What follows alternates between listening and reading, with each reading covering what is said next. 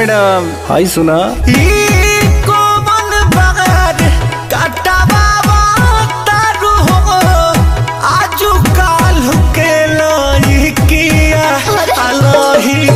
के मोहन छाछा तारू आज काल के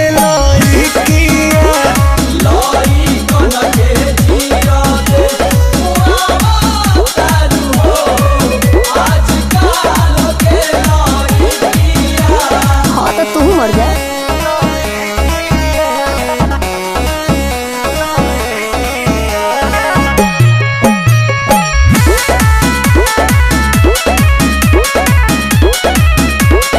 निकलेलू घरवा से बहरी हो जब सोच के सवार के करेला ढेकर नजरिया हो रही जाला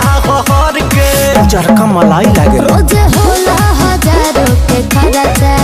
तबे बाटे नु ब्यूटी के चर्चा हल्का मांगेले प्यार के भिखिया हमको मालिक बना दो हट तो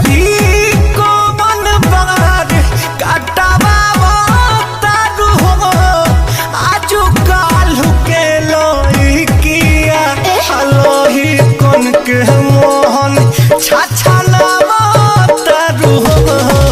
आज काल के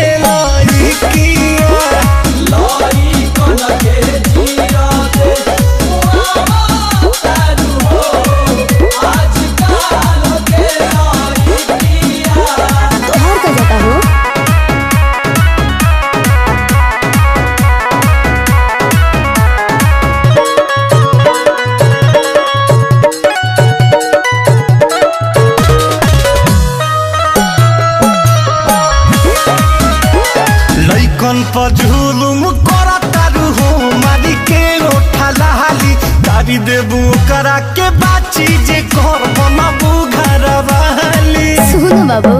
और देख के फैशन विदेशी तोरा सजनी पप्पू परदेसी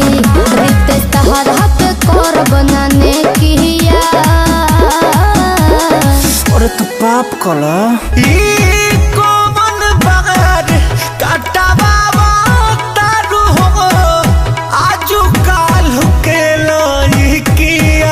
I love